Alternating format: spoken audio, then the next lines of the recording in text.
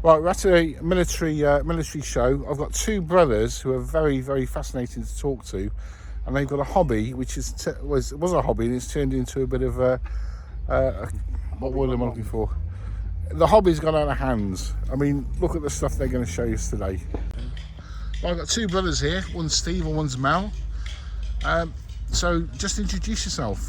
I'm Mel. And I'm Steve. And this is Steve. Yeah. So you had a hobby. What was a hobby when you were like a teenager? Well, it was before teens, really. I mean, my father was army, military, he did the war, so we were the kids of that generation, really. My younger days, it was ethics, kits, toy soldiers, and really they went on for quite a long time, really. I mean, Stuff my father brought back from the war. yeah, as well. So, Helmets. and then there's the comics of the time, and the whole thing was, you know, we were awash with it and loved it all, you know. Well, Steve and Mel have got some items. One of the items they've got here is going to blow your mind away. We'll have a look at this, what you got, Mel. Come and show us what you've actually, one of the things that you own. Yeah. Well, this is, I mean, teenagers, we found girls, so, you know, the war kind of went away. But after that, the passions came back, obviously. But both these brothers, they actually own a Spitfire. But what sort of Spitfire is this? It's a Mark 9 Spitfire. Mark 9 Spitfire. 1932 this would have been. Let's have a look at this Spitfire then. This is absolutely amazing. How long have you two brothers owned this Spitfire for then? I think it's around about 10 years now in total. Yeah, around 10 years. 10 years. I mean, we were just talking, I was just talking to Mel a minute about the patina on the wing where the pilots used to get into. Because you were saying to me a minute ago, some of the paint was totally worn off. Most of them, the paint was worn off completely with the jumping in with boots, jumping out with boots, on off, the number of sorties during, you know, the battle, well, all through the war really. They just took the paint off, and of course they left it as it was, really. I mean, it's a combat situation, it's not a show. So that's why all these sort of chins and nicks were all around the cockpit section and the wings. Hi Mel, my name's Mark. Nice to meet you on the channel. Hi. Could you just have a chat to us about the cockpit and what makes the Mark 9 Spitfire special as opposed to the early derivatives they did? What did they actually improve on it? The early Spitfire Marks, they were still a Mark, still a Merlin engine, but they were 3 props. So compared to this one, 1942, which was actually developed to combat the Focke-Wulf 190, they continued to use the Mark V airframe. As you can see by it, they still had the rivets. They were in mass production, so they continued to use them. It was perfect.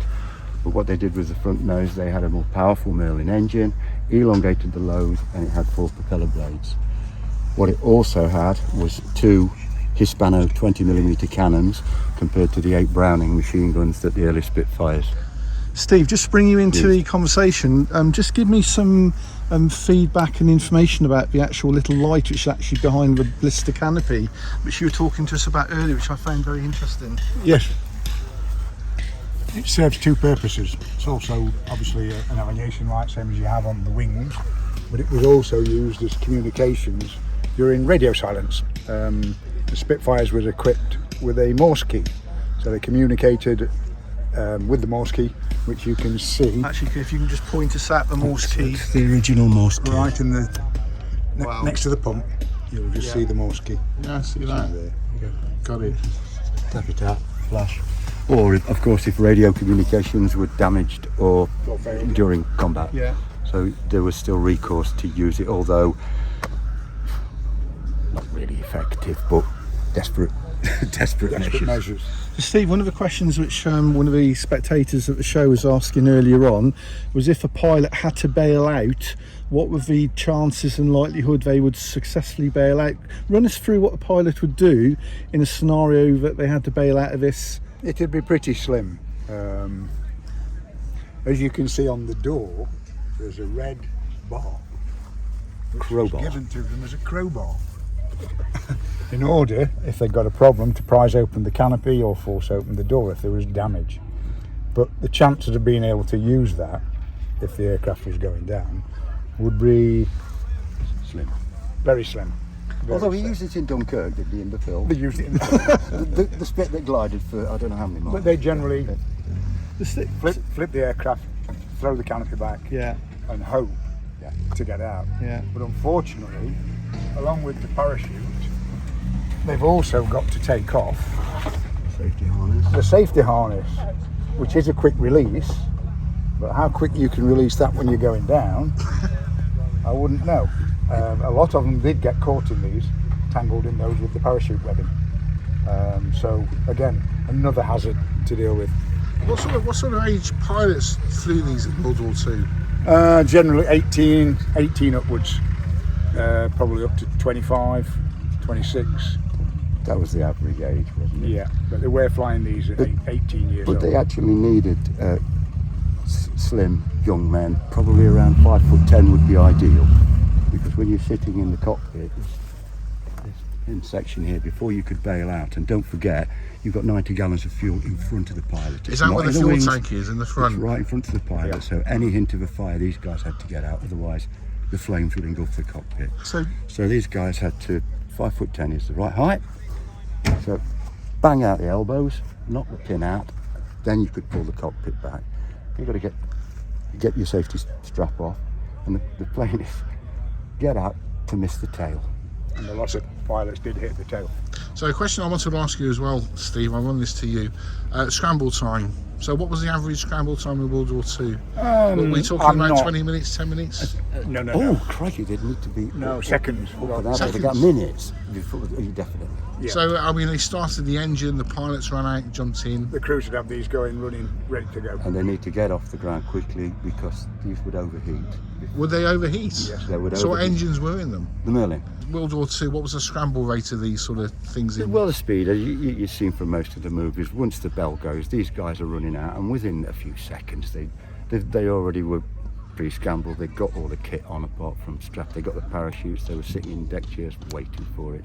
So the long as it took to run from wherever they were billeted to get onto the airfield and into an aircraft, they cockpit and in here. Now you mentioned to me a minute ago when they were ticking over, so getting ready, they would overheat sometimes If because you of left why. this thing, because Boil water faster than a kettle. and they were air cooling, they needed to get into the air for it to cool the engine as well. So the CC of The these power. were, They were about 1,600 horsepower. well, that's a lot of horsepower. Yeah, and they're supercharged, Wow. so Steve, again, just, about 400. just to ask you a miles per question, hour. and Mel, on the aircraft, what armament has that pilot got? Protection? This particular one, Yes. rather than compare, Yes. this model had 4 Browning 303 machine guns and 2 Hispano 20mm cannon. Which Okay. lasted how many minutes? You got 19 seconds if you kept. your 19 finger- seconds, that's it, you're out. Yep, that's it. And they're saying Not much, is the it? whole 9 yards, which I'm sure Nine- you're all aware of, is is the arc- the length it's on- of the belt. Length of the belt. So if the full So 9 19 yards means seconds you and then, then they're out. if you kept, but they didn't. They went for short bursts, Yeah. concentrated, harmonised the guns well. However, which pilot and how good they were wanted to harmonise them. So this is a Mark 9. 9. So did they do a Mark 10 or was this the last They went one? up to, I think the last Mark was in the 50s, and Oh, they was only it? made tiny changes to go up the Marks Still at the manufactured end. in 52. 1952 was the last Spitfire in service in the Far East. And then So they were what- decommissioned. So what was the one used in the Battle of Britain? What Mark was that then? That's up to Mark 5, 1 to 5. 5s, the early ones. So 3 did it- props, 3 smaller props. engine, perhaps 360 miles per hour compared to the 410 that you've got with this more developed Now aircraft. you actually, this is the best bit, you actually own a Messerschmitt 109 BF, Yep, right? Which 109E4. I'm going to put some pictures up on this YouTube page. That is unbelievable. I agree I on mean, that. how did these Astounding. compare with the Messerschmitts in terms of performance? Well, it's some has This would advantages, outperform a Messerschmitt, no question. It could outturn, yeah. But the Messerschmitt had a Daimler-Benz fuel injected engine at that time, so the Messerschmitt could dive straight down. Spitfire couldn't. If it did that, it needed to bank before it dived, otherwise the carb was starved, it would stall. I've heard that Go before. Yeah. But So Tilly Schilling, So who did the worked- RAF pilots think I'd rather be in a Messerschmitt or a Spitfire during the war? I think the RAF pilots would rather have been in the Spitfire. The I Spitfire. don't think they even thought about that comparison. Actually, Steve, actually in the pilot's seat, has it got any sort of protection, and the bathtub, any arm protection There's an led armour in? plate to the rear of the seat. Is that in the aircraft now? It's not in this one. No. Yeah. No. What did that comprise of? I'm not sure of the depth of the solid seal. It'd be something like 12 mil solid And they plate. plated the front. But they took it out. windscreen A lot of pilots had that taken out. to reduce the weight, engineers give them an reduced it. extra few miles an hour. Really? Yes. To get away. Wow. I'd rather take this chance, you know. So early in the conversation, you mentioned about the 190 Focke-Wulf. Would that outrun this aircraft? I think they were fairly. This was developed to This is challenge specifically developed Yeah. to challenge the in Focke-Wulf. 1942. Wow. That was developed. And it did the job. The Messerschmitt, the E, and then developed the F, the Friedrich, and then the Gustav. But they were Yeah. Messerschmitts, which were improved. But the Focke-Wulf was the one that, that was a Messerschmitt that we've dangerous got. butcher bird. It was called. Is actually Battle of Britain, Yeah. whereas this isn't. This is later. So how did you two 42, boys 42. manage to buy this unique aircraft? What's the story behind that? I don't think you've got the time. Have you ever told your wife what you're buying next? We were actually in process of building Battleship. the Messerschmitt. You know, that was what happened, and it was a friend of ours, wasn't it? This was in the back of a hangar at Ellesmere Port, and there was lots of scrap bits. I mean, it was a wreck. There's no tail section or anything of that nature. But there were original parts there, and there were also parts that had been reproduced to try and get the thing out, but no one ever did. The museum was going to take it off his hands, hoping for a bit of lottery money, but they reneged on that. So he was stuck with it, and he said, would you take it off my hands? So he offered us, and we said, well, okay, since we were building one, and we inherited about 10 years ago. So just with that, if any viewers want to contribute or sponsor you, how do they contact you to donate money to help you restore other aircraft or build? Well, we sort of don't do it in that way. It's privately, and we privately fund it. Obviously, we come to events, and obviously there's fee. We have to get here. There's fuel. There's expenses, and also the public are very generous when they come. There's a small donation box we have to put out, and that's fine. Yeah, we certainly don't make we're money. never going to get this thing flying. That's for sure. Our pockets aren't deep enough, and I probably won't live long You never enough do to it. be. Now, I've got a question because I'm a World War II fanatic as well as you. I've got one plane which I absolutely adore, which was a German Stuka. I think the design was absolutely superb. If I said to you, Mel, I mean, forget all the Spitfires, like one plane World War II which you think is superb, like the Hinkle, what would that be? The design and The one I would pick out Yeah. of all of them that I really love, I mean, apart from the Spitfire, of course, is Mosquito. oh, Mosquito, that's a nice one. It's a wooden aircraft, Yeah. it's fast, it's 2 Merlin Yeah. engines, it's got a huge amount of armament Lovely in the front of design. it. It was a Pathfinder, what an aircraft. And what about you, Steve? What one plane would you say? I'd stay with the one that we've got, the 109, the E4. Snap, I agree on that. I wish you'd have brought that here because, I mean, the pictures I'm going to put online in a minute, you won't believe. How long have you owned the Messerschmitt you guys for? Well, that again, it's That was commissioned to build in 2012. 2012. I forget. No. Was it in the original colour scheme when you purchased it, or have you done it in a certain? No, there were bits, and then we had No, a lot of it's been fabricated. we had to, and plans from Germany, I think. It we came from had to Canada. get The drawings actually came from Canada. the which we had to German purchase. buyer to get it built. You can't get those. So she was actually built from the drawings. All the details. Right, Mel, just come around the front. We've got to look at the front of this aircraft. And Steve, just walk us around the front. Now, you talked about these cannons before. I mean, tell me about the front of this plane. I'm a Right, novice. so interesting stuff here. You've got the 2 Brownings on this wing and a 20mm Hispano cannon. And what you'll also see on here is a cover over the guns. Well, what they used to use is a piece of, I don't know what it Just was, daub. a piece of Daub daubing, and they Linen.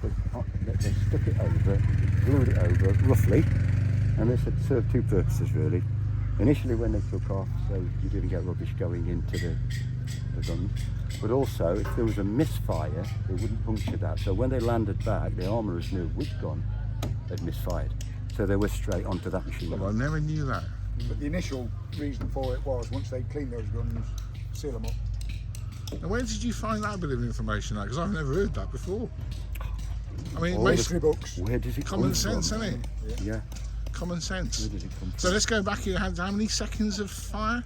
19 seconds. 19 to 20 seconds. seconds if you just And that was completely out. empty. Now there's a tube at the That's a bottom. long time if you consider that in Yeah. a combat Now, situation. Steve, tell me about that. I presume that's for the supercharger. It's just the intake, yeah. Yeah, that's where the supercharger would have been. just the But air what are the intake. things on the bottom there? The two by the Radiators. wheels. Those are the radiators. Those are the Yeah, radiators. yeah. Intakes. Air intakes for it. And the prop, I mean, that's a massive prop on that, isn't it? I mean, a cowling on that is huge. I mean, just go and stand next to it, Steve, so I can get a size of the... Steve, were these hand rotated to start?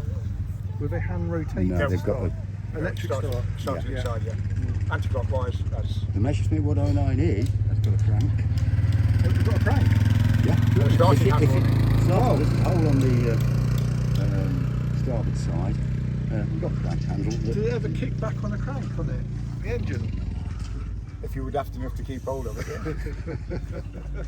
It was mainly the flames that they had to get out of the way of. Because on a Messerschmitt, the engine's inverted.